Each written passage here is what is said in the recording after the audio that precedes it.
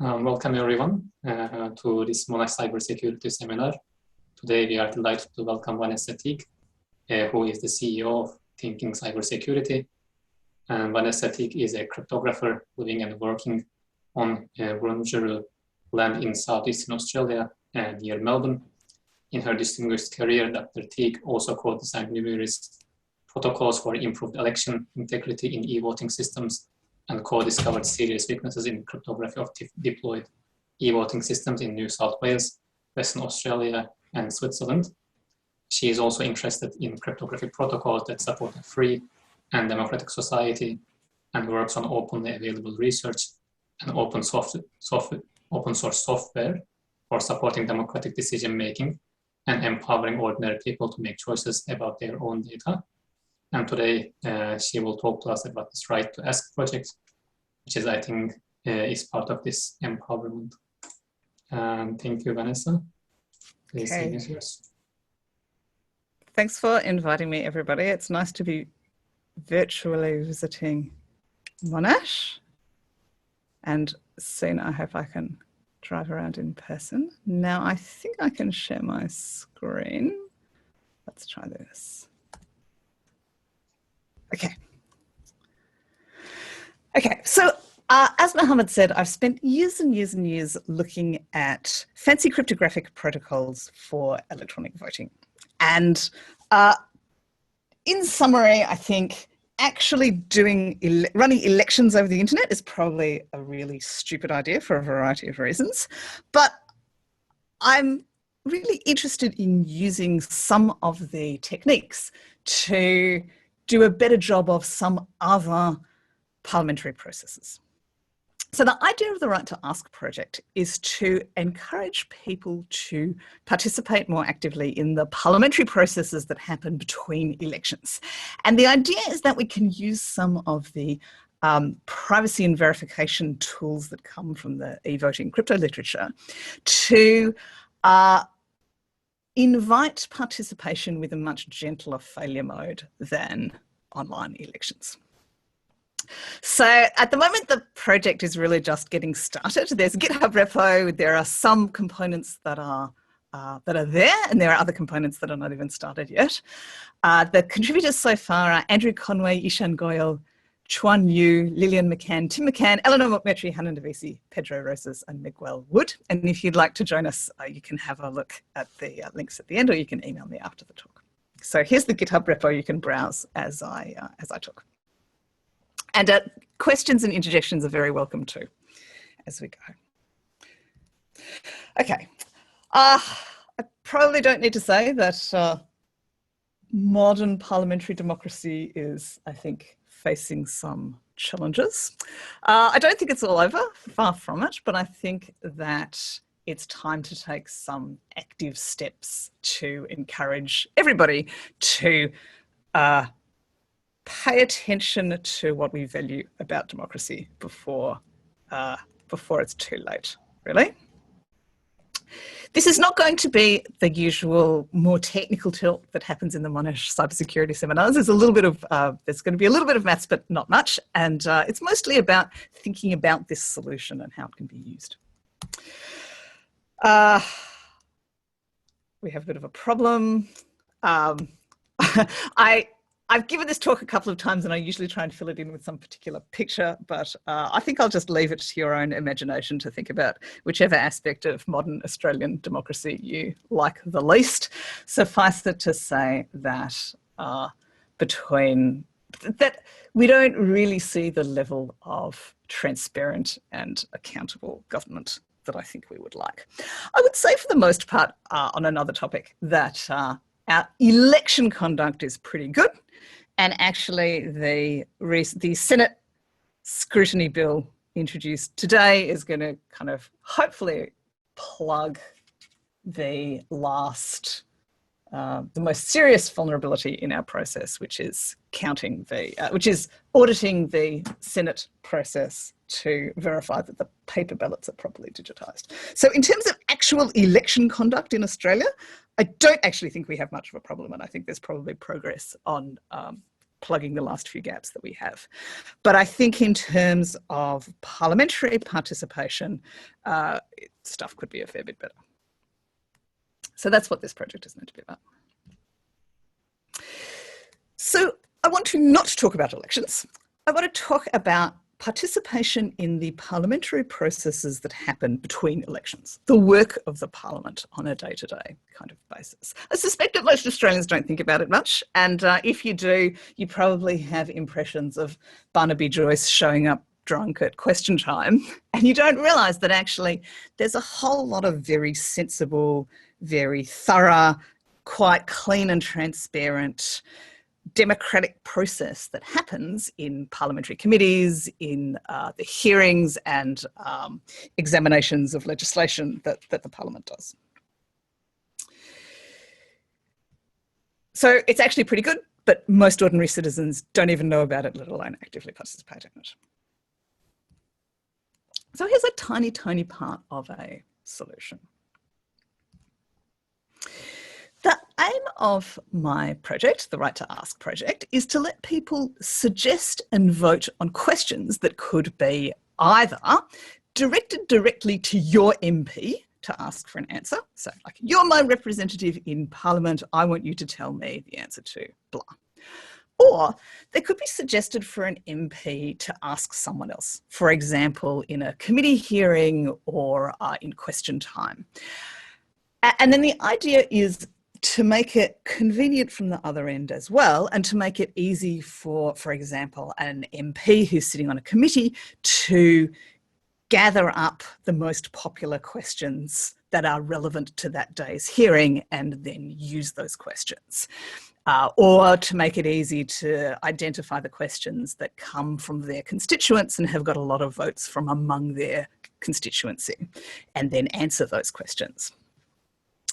So part of the motivation here is that when the parliamentary committee system works, it works really well, but at the moment it tends to work on a somewhat ad hoc basis. So some of you may have had this experience, I certainly have, and so have several of my friends and colleagues, that sometimes an MP who is sitting on a committee asking about, let's say, election security or COVID safe or the economic impact of the budget on women will happen somehow to find out about a person in the community who is an expert on that topic and happens to know what questions the MP needs to ask in order to get relevant answers out of whoever is appearing before the committee, usually a public servant of some kind. When that process works, it works really well. And then the committee process can be really used very effectively to ask relevant and probing questions that get the answers that a democracy needs to function. But at the moment, it's a bit ad hoc. And if you happen to know the right people, then it works great. And if you don't happen to know the right people, then it doesn't work well. So in some ways, part of the intention of Right to Ask is to automate that connection and make it easy for maybe an independent MP, maybe a new MP who doesn't know very much about the topic, to connect with good questions that they can use in their role. I'm just going to give you a little picture before we get into the crypto. So here's my very basic little mock-up of the UI. Can you see my simulator? Yep. Yeah, okay, awesome. So just a very rough idea. As yet it has no style, right? This is the UI that a cryptographer would make. Let's just say that we want to start drafting a question. This is kind of the way it's meant to go. Let's say, what are the transparency requirements for MPs' funding sources? And let's say I want to ask just some random MP for the sake of demonstration. I'm going to ask Andrew Lee, who's in the ACT. And then the idea is now I get kind of a list of the other questions that have already been asked, and I can upvote them or ignore them. Yeah, I'm going to upvote this question about what is the error rate for the Senate scanning solution. And the idea is that I can scroll. Oh, sorry, I haven't got very many questions to scroll through, but at least in principle, I can kind of scroll through a little list of other questions. I can upvote other people's questions. I can keep my question, and then I can publish it. Right, so that's kind of one path. And then the other path is, suppose at the very beginning, all I want to do is just kind of look at what's trending and vote on things that other people have, vote on questions that other people have already asked. And maybe I've got some kind of search and filter. Maybe I'm really interested in questions about a particular topic. Maybe I'm an MP and I'm really interested only in the questions that have been directed at me. And I can kind of use this filtering system to search through those questions. And then I can click on the question. If I'm an MP, I can answer it. If I'm just an ordinary participant, I can upvote on it. And so we get this kind of, this whole system focused around inputting good questions into parliamentary processes, in which both ordinary citizens are kind of suggesting them and upvoting them, and MPs are reading them and acting upon them. Sometimes they're answering them if it's directed to them, and sometimes they're kind of picking them up and using them for some other purpose, like in a committee. And obviously it's not closed. So if you're a journalist, an investigative journalist, or anybody else for that matter, you might also want to use these questions. Maybe you ask them in press conferences or something of that kind, or freedom of information requests or whatever. So that's kind of the thing I want you to imagine as I'm talking about the underlying stuff, the underlying crypto. Oh no, it just popped up again. Okay. So can I ask you a question, Vanessa? I don't know, maybe you will explain this later on, but do you kind of need to authenticate yourself to answer questions, or? Yes, you do. You do. So I skipped that bit, but like many interesting things here, it's actually really, that bit is actually really hard, right? So you,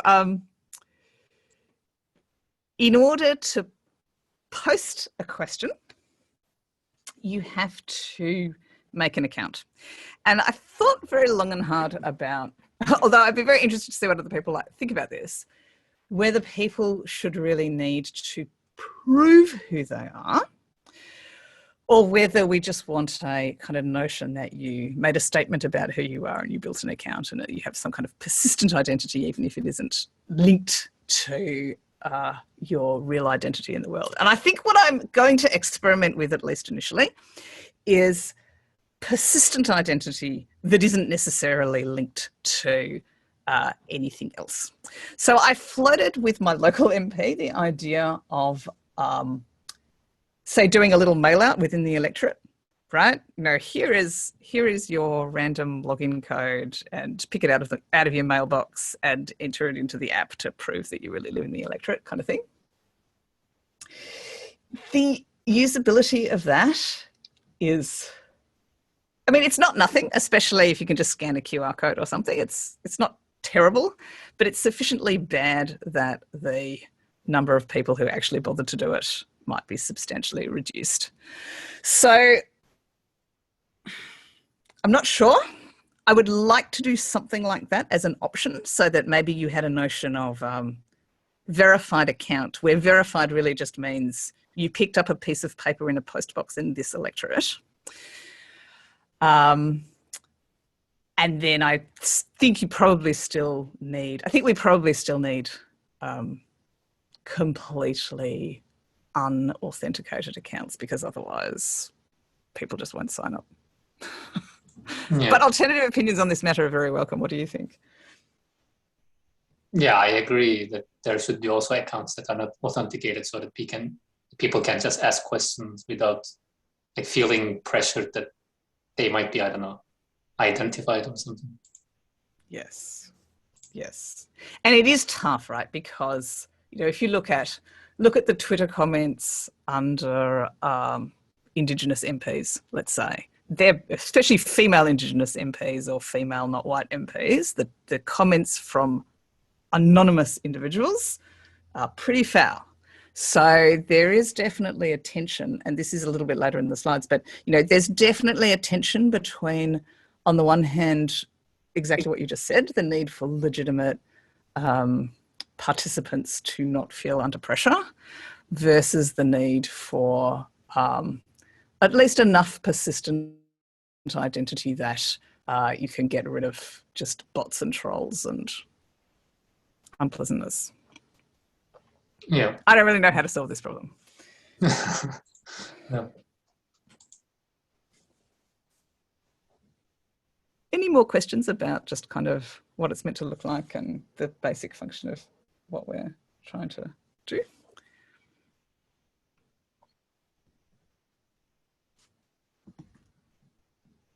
No? Okay, if you think of more later as we go along, just let me know. I'll talk about crypto. Microsoft has just released this very nice library called Election Guard, which is oriented primarily around securing US elections, but obviously applies just as well anywhere else. They have this super simple, old-fashioned additive homomorphic encryption based on exponential GAMAL, which I'll describe in a minute. They have a nice process for threshold key generation and distributed decryption. In other words, there's a collection of authorities who each generate their own share of the election public key, and they run a protocol that generates a key in a threshold shared fashion, but the decryption key is never explicitly put back together again. So there's never a private key sitting on any server anywhere. It is a defined value that exists in a distributed way across the set of authorities. And then decryption happens with each authority applying their share to decrypt the ciphertext, which in our case is going to be an aggregated tally. And then there's a combination function which combines the partial decryptions to recover the plain text. None of this is new. In fact, it's a design feature. It's all very old, very well established kind of stuff. I think the first paper that really ran through these sort of ideas in detail was by Kramer, Gennaro and Schoenmakers back in the 90s. And it's called something like a simple multi-authority election scheme. And this is what happens. So all of the cryptographic operations are universally verifiable.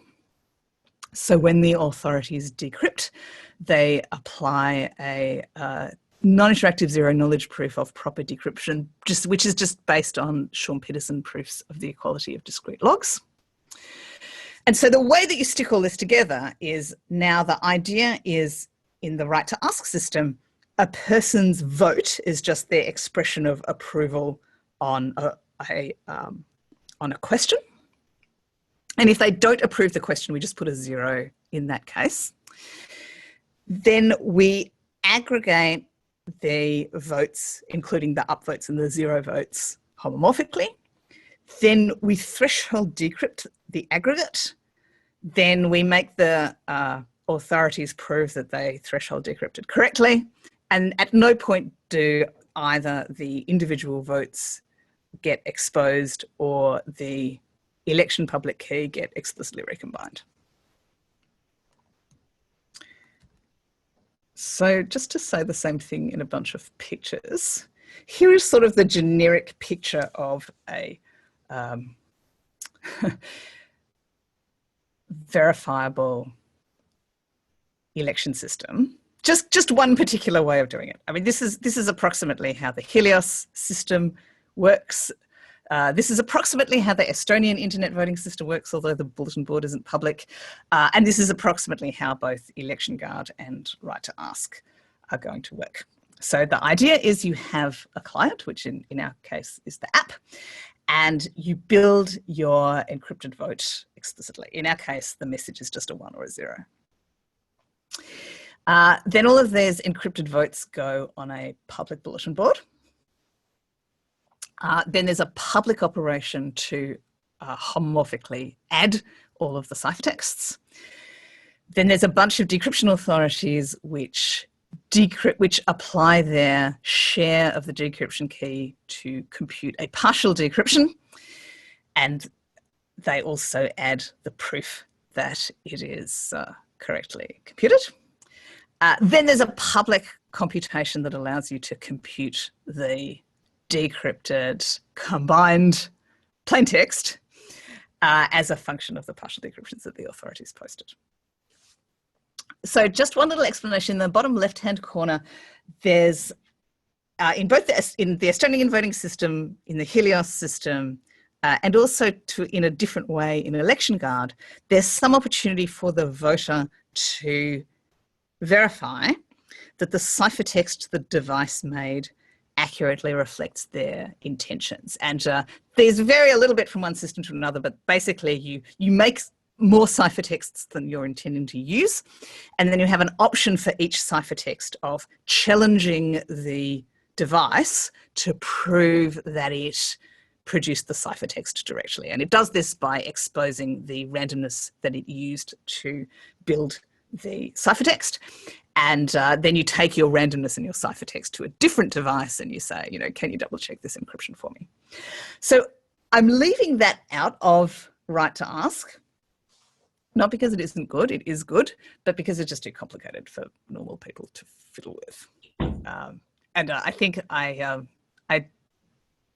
ran a highly secure, completely verifiable poll over Twitter before the talk that I gave at Crypto about how many of the crypto community did the Helios voter verification step. This proof of cast as intended verification.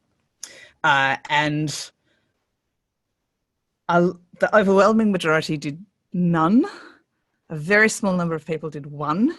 And I think only one person said they did it twice. So if you're a cheating device, all you need to do is tell the truth in your first vote, lie about your second vote, and then just kind of send it in. So anyway, bottom line, I'm leaving this out of right to ask. So right to ask is trusting the client to accurately encode the upvotes or non-votes of the person. Okay, so right to ask does not include proofs of honest vote recording. It does not include voter authentication, although we've already discussed that a little bit. Like Helios, it does not provide receipt freeness or defense against coercion because your device knows how your ciphertext was constructed. So just to go back to this picture. So if the coercer comes along and says to you, I want proof that this ciphertext that you posted on the bulletin board is a 1, then your device can prove that because your device can expose the random value that it used to build the ciphertext, and then the coercer can check that that really is an encryption of a 1. So there's no defense against vote buying or upvote buying and coercion in this system.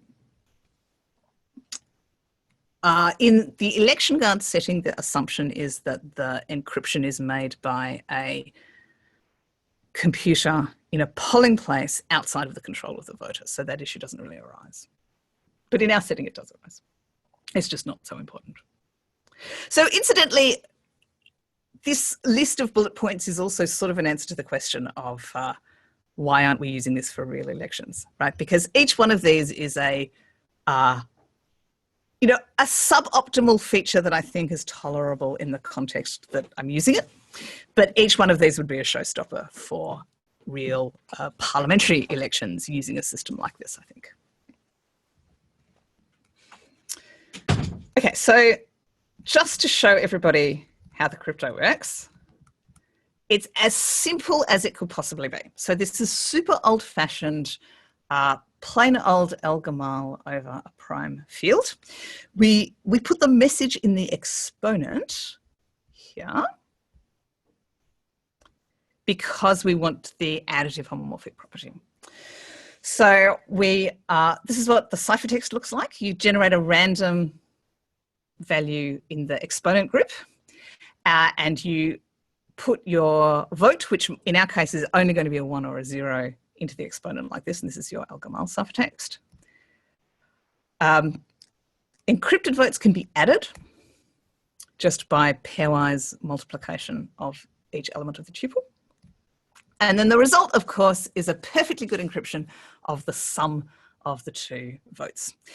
And you don't have to do a general discrete log to recover the plain text, because you know that it's constrained within a fairly small set of possible values. If you're a particular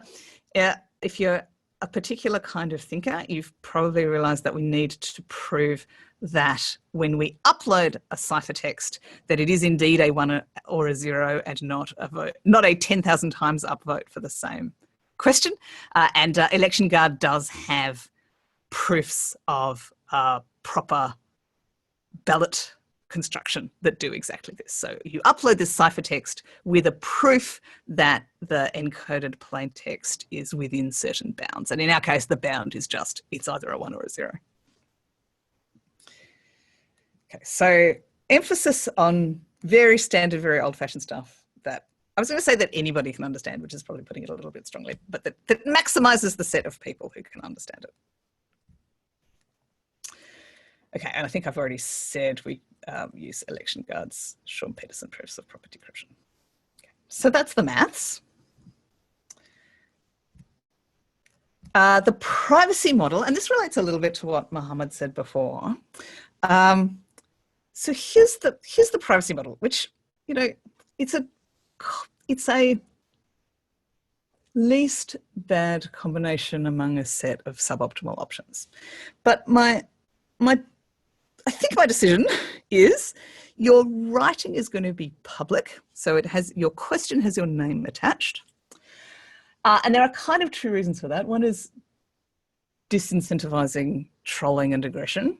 And the other is that actually really de-identifying free text is really, really hard. And there's actually quite a bit of research showing that people can be identified based on idiosyncratic turns of phrase, repeated misspellings and things of that kind. So I don't want to promise to people that their writing is truly anonymous, because it probably isn't actually.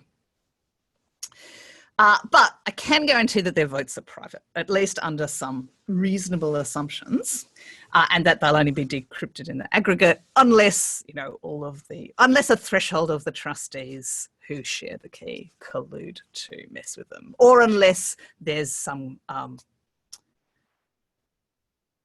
unanimity among all the people who saw that question. You know, if you're decrypted in a batch of 20 and everybody in that batch of 20 upvoted the question, then we know that you upvoted the question too. Now, I'm going to explain a little bit about one kind of interesting technical component, which I'm primarily talking about because I know that there's a lot of blockchain research in this group. And I wanted to just talk through the way that we're doing our bulletin board, which is not a blockchain, but a different thing which has kind of complementary properties. So we have on the Right to Ask Git repo, you can have a look for yourself, we have a bulletin board implementation by Andrew Conway, which is a Merkle tree based general purpose library that lets you publish things and commit to them and not lie about them after the fact. So very much like the certificate transparency logs that are used for SSL certificates, but with some nice little tweaks to make sure that it gradually builds a balanced tree. So there's a big assumption here, which is that the citizens who are using the system have some kind of out-of-band way of comparing the root hash, right? Because if the bulletin board can give you one root hash for the Merkle tree and give me a different root hash from the Merkle tree, then it can successfully show us different versions of history. But assuming we have some way of reconciling the root hashes that we're each seeing, it shouldn't be possible for the authority to give different versions of the election transcript to different people. And furthermore, it shouldn't be possible for it to pretend that it's included your question or your votes and then subsequently drop them. Okay, so here's just here's the GitHub link and a summary of how it works. And if we're lucky, the online demo might even work. So the idea here, and again, this is not meant to be the kind of radical innovation that crypto papers get written about. This is just meant to be a sensible implementation of things that are well understood. And it has a nice kind of new idea, which I don't think I've seen before, but I don't necessarily know, that instead of building the kind of traditional structure, which I gather is common in a lot of blockchain literature, where you build a Merkle tree for today and then you build a Merkle tree for tomorrow, and then you make a hash chain of the root hashes, which is fine, but which builds quite an uneven tree. Andrew's bulletin board gradually builds a tree that is guaranteed to be balanced, or at least as close to balanced as it's possible to be without being a power of 2. And the way that it does this is it, at any point in time, it's built a series of subtrees that are as big as it is possible to fit. Sorry, let me say that again sensibly. A series of subtrees, each one of which is a perfectly balanced tree with 2 to the n leaves. And then as soon as it gets kind of up to another power of 10, another power of 2, sorry, it joins them together into a tree. I need a picture, but I'll show you a demo. Here we have a little something I prepared earlier. So as you can see, I've put together I've entered 7 different leaves to this tree, right? A, B, C, D, E, F, G. And for each of them, I've got a commitment, which is just to the hash of the thing. So if we were building this tree in a kind of standard, if we were building a standard Merkle tree out of this, we'd now have, 7 leaves. We'd have a depth of log to the base 2 of 7. And the inclusion proof for anything would be just the path of siblings from the leaves up to the root. But Andrew's bulletin board does something a little bit different. It builds a perfectly balanced Merkle tree with the first 4, right? And I'll show this in a minute. At least I hope I will. So imagine this state. There's a perfectly balanced Merkle tree with the first 4. Then there's another perfectly balanced Merkle tree with the next 2. And then there's this sort of trivial Merkle tree with just the last 1. So when we try to publish a new root, we're just going to get the root. We're just going to get each of those 3 trees directly hashed into that segment. Right? I don't know whether this is obvious, right? But here in this bottom left-hand corner, here's that perfectly balanced tree of 4 things I showed you before.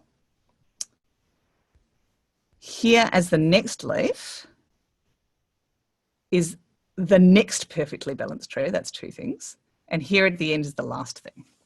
So it doesn't matter how many things we have. We can have zillions and zillions and zillions of nodes. We're going to have at most log to the base 2 of n subtrees, because whenever we have enough to build something into a certain power of 2, we build that. So the worst we can ever have is 2 to the power of n, 2 to the power of n minus 1, 2 to the power of n minus 2, and so on. So that's our And so this 7 case is the obvious worst case. Right. So now let me go back here. I'm going to add another entry.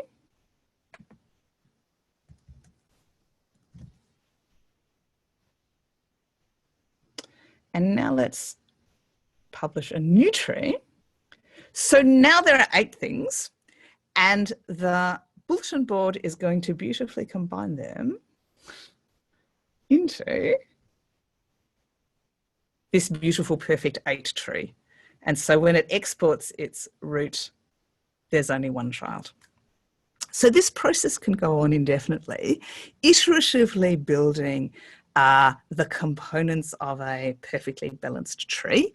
We can leave this system running for months or years, and the depth of any proof of inclusion is only going to be the log of the total number of things in the transcript. It kind of never gets, there's nothing linear about it. Everything is logarithmic. When we want to prove that yesterday's information you included yesterday is still included in today's tree, it's a teensy bit more complicated than it is in other more standard Merkle tree implementations, but it's still not super complicated, right? Because you can't directly prove the inclusion of the previous root into this one, but you can relatively easily pull out the component trees that made it and prove that they are still included. Okay, so please go and fiddle with this. I would love to hear what the blockchain people think of this. It gives us, to my mind, it gives us a different set of assumptions that are kind of incomparable to the trust assumptions that you normally have in an ordinary blockchain kind of a world. So you've got ordinary people who can, any ordinary person can compare the root hash. Any ordinary person can sort of hold the authority to account for the consistency of the history that they're telling the person. And it should be immediately evident if something you posted disappears or is misrepresented. On the other hand, the authority is trusted for liveness, right? There's sort of no notion of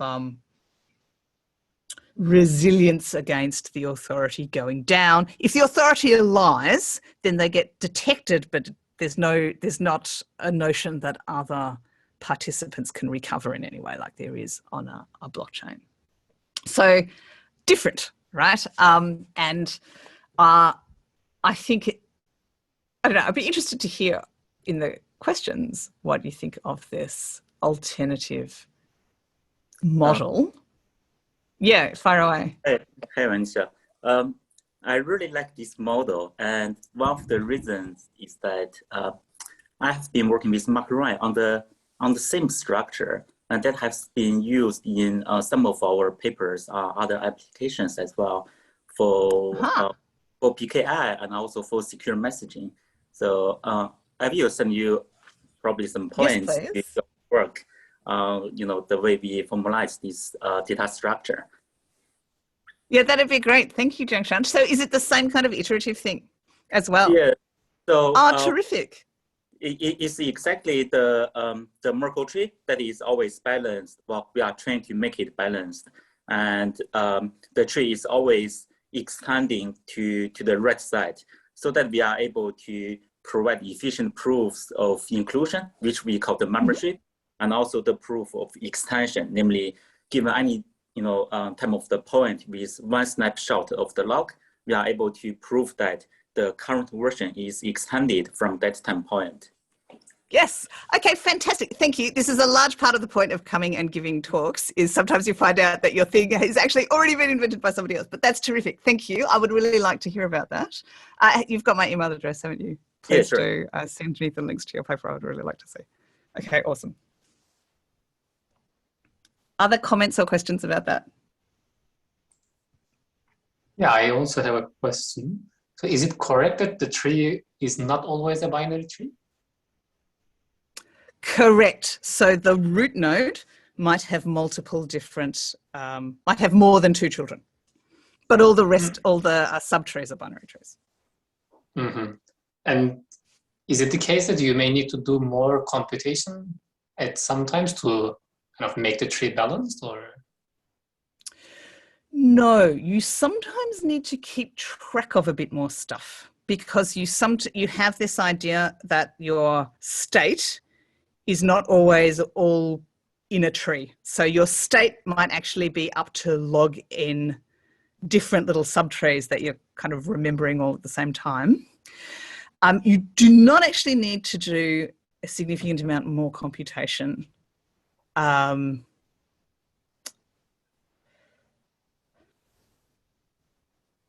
You just need to hash. The only thing you need to do is sometimes you need to hash login children to make the root node rather than just hashing 2 children. So I guess in that sense, sometimes you do need to do a little more work, but not a lot. Okay. Yep, thanks.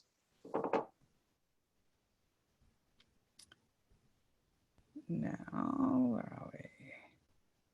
I think I'm nearly finished actually. Okay, let's just go back to here. So yeah, go and have a look at that. Okay, so challenges and questions. This is my last real slide. There's heaps and heaps and heaps of things about this. And in some ways, the crypto is actually the easy bit that we kind of know how to do. We already talked a little bit about authenticating citizens or residents. That's really hard. There's an interesting little trade-off between, on the one hand, we want it to be responsive. Like if 20 people all upvote something, we want that to be reflected quickly, because it might be that somebody suggests a really good question and the hearing is right now, and we want that good question to rise to the top quickly. On the other hand, there's not much point preserving privacy by aggregating votes if your aggregates are not a big enough set to hide which people actually upvoted it and which people just looked at it and flicked it away. So I don't know, there's not really a good answer here. Big batches are good for privacy but make it slow. Small batches have more of a risk of unanimity, but make the system responsive and fast. Then there's some questions that are kind of fundamental to democracy, I think. What makes a question a good question, right? Should it be the total number of upvotes? Should it be the fraction of people who saw it, who upvoted it? Should it be things that got a high volume of upvotes very recently?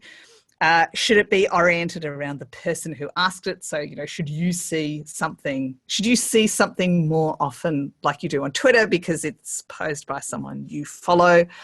All of these kinds of things introduce some biases that are not necessarily, that some people might call a feature and other people might call a bug. So I don't really know. If you'd like to get involved in any of this, I'd be really keen to have people of all sorts of skill sets participating. You can have a look at the code here. One of my students set up this great discussion on HackMD, which apparently is where all the cool kids hang out. And you don't even need a GitHub account. You can just kind of add comments and questions and stuff to the docs there. Or you can email me if you'd like to join in the regular meetings at the private chat channel. And in the meantime, questions are very welcome.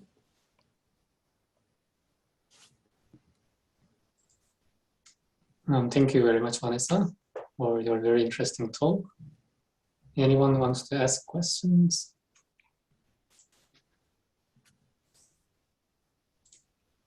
Yeah, I think I might make a start while the others think about their questions. So you mentioned about these like authorities or trustees who do this partial decryption.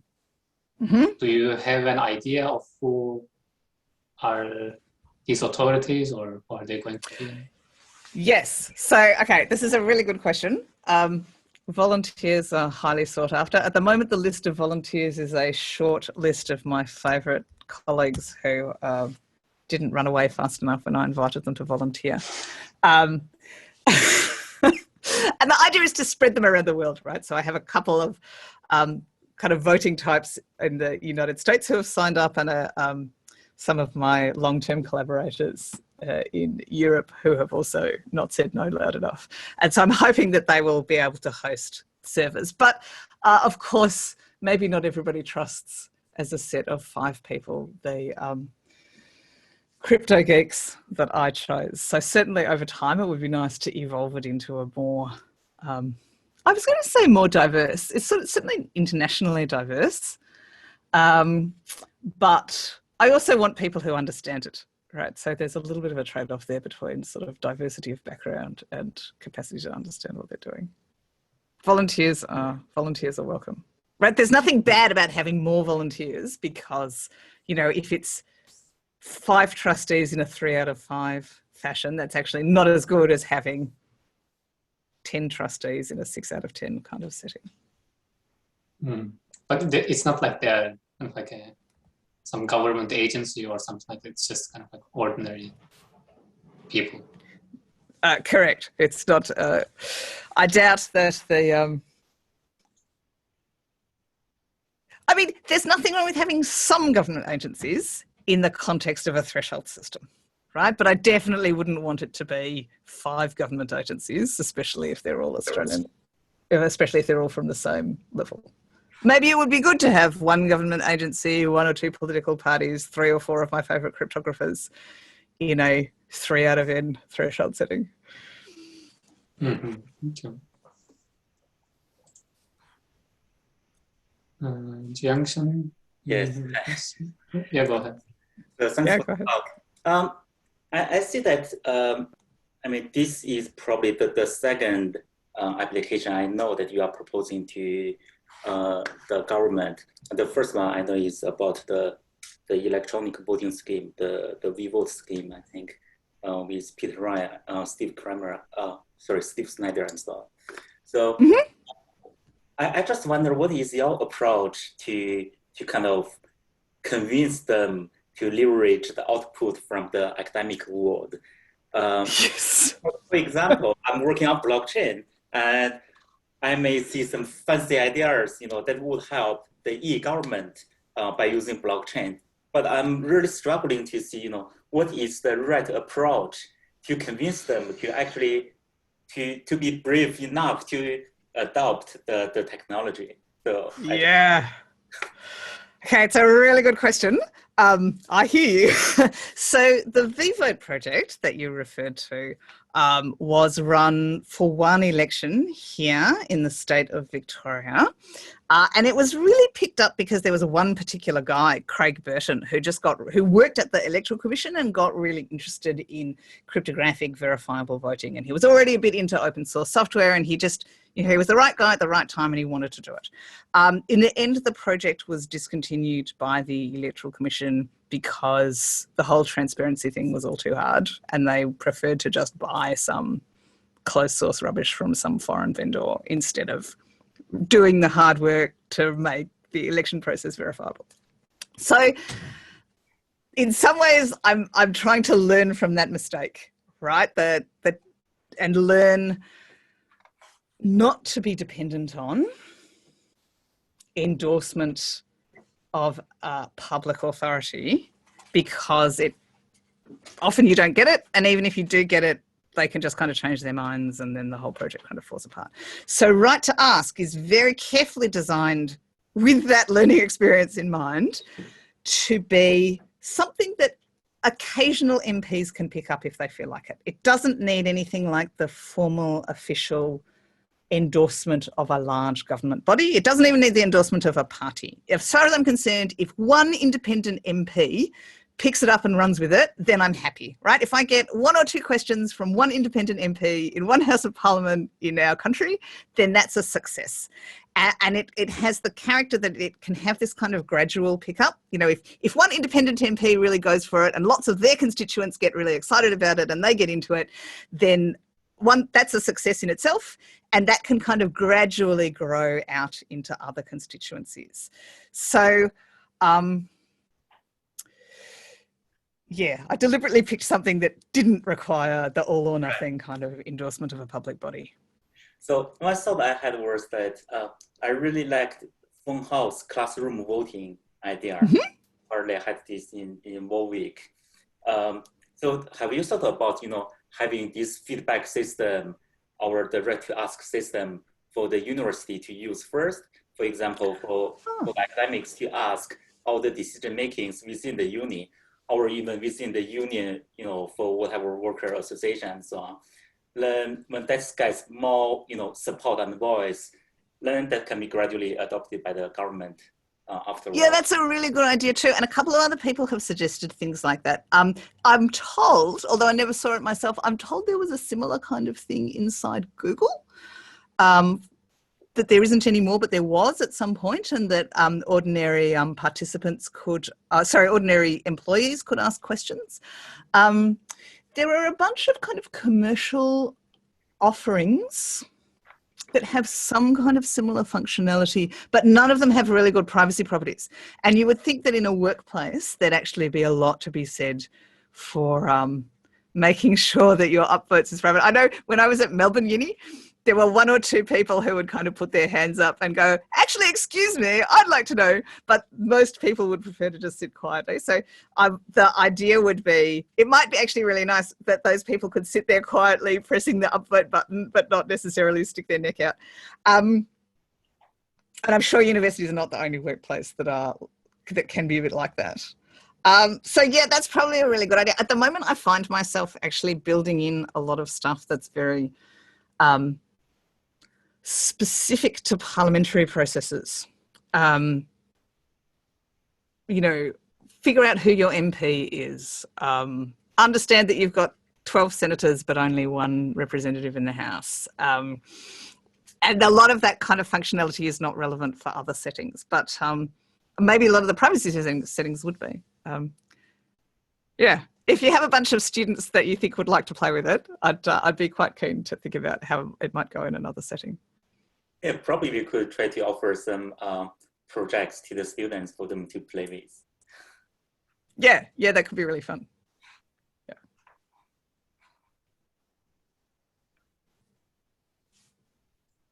Yeah. Any other questions from anyone?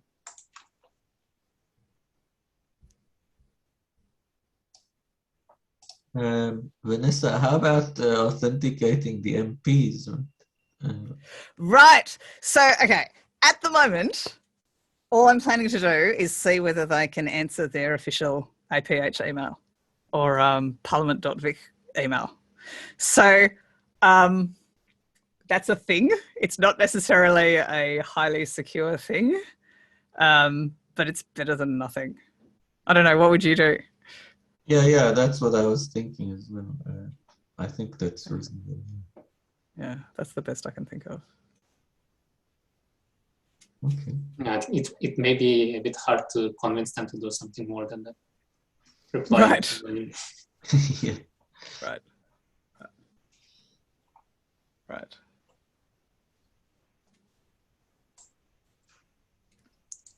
Any other questions, anyone?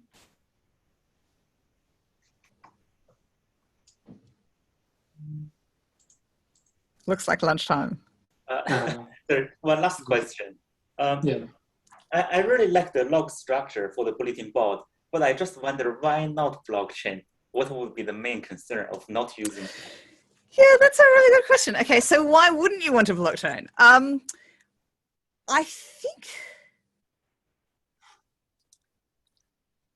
it's different assumptions, right? I wouldn't necessarily say that one is better, but they're different. And the different assumption with a blockchain system is this kind of majority, you know that there's a set of people who, if they all colluded together, could rewrite history. And that would not necessarily be detected. So this... I think yes and no. This will be the same for, by blockchain, there are permissioned or permissionless or consulting. That's true. So we could do a permissioned, like a hyperledger or kind of thing. Exactly, because the current setting of the log is essentially a permissioned ledger with a small committee. But if we generalize the idea, it could be a permissioned ledger of an already existing large committee. That would be even harder to collude because a local MP may not have the power to have an influence on a geographically distributed parties. And if that is a permissionless blockchain, then probably the probability of this mayor to change the result or to do something with the log, I think that would be negligible in terms of the probability of a local government to do that. Because otherwise, let's say Bitcoin or Ethereum would be kind of facing a larger challenge than a local government's right to ask app system. Yeah, it's different, right? It's I mean, in some ways, I mean, one answer would be maybe you want both, right? There's a different series of properties. The kind of the ledger where you can prove that you aren't lying relative to what you said yesterday. That's a different property from the, here is our committee, and if this, as long as at least whatever number of them or total work of them don't collude, then everything's good. I mean, when we built the thing for vVote, it was both, actually. It was a fairly traditional kind of Byzantine agreement. Let's all agree on which votes we've got among our set of participants. And then they published just a hash chain at the end of the day and kind of published the root hash in the newsletter and in the newspaper. And then you got this liveness, like a redundancy for liveness. So if one or two of the servers went down, you still collected stuff. And then also you got this kind of very simple proof that your vote was included, and you could verify it yourself and compare it, at least in principle, compare the hash with other participants. So yeah, I think it's debatable, right? It's not, this is a way of doing it. Yeah, my intuition is that possibly the blockchain would offer some nice features in terms of, for example, the low maintenance in maintaining the infrastructure that is already there.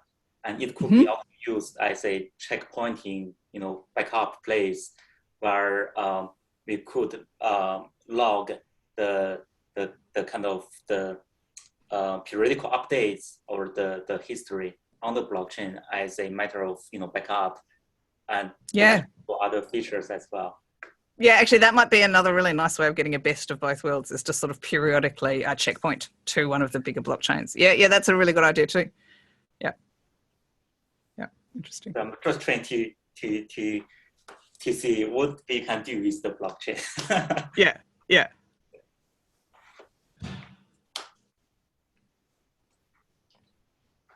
All right. I think that's kind of like the end for the questions, unless anyone has any last question or comment that they want to add.